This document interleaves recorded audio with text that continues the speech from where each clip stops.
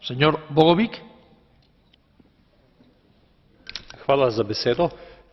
Sam tudi podpiram ta kompromisni predlog, ki odgovarja na problem, ki je nastal ob preambicioznem cilju, kjer smo videli, da so bile negativne posledice pri koriščenju kmetijskih zemljišč in posredno tudi podražitev hrane, in prav je, da si vzamemo čas za premislek.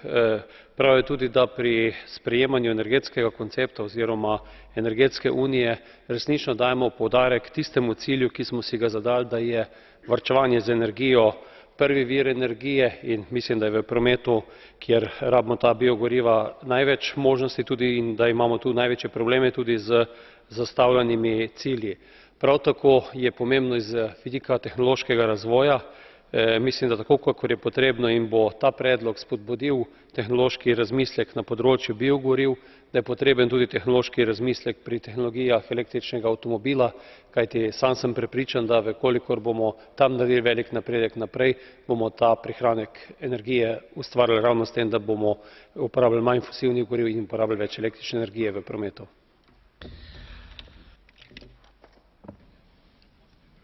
Gracias. Señora Grapini.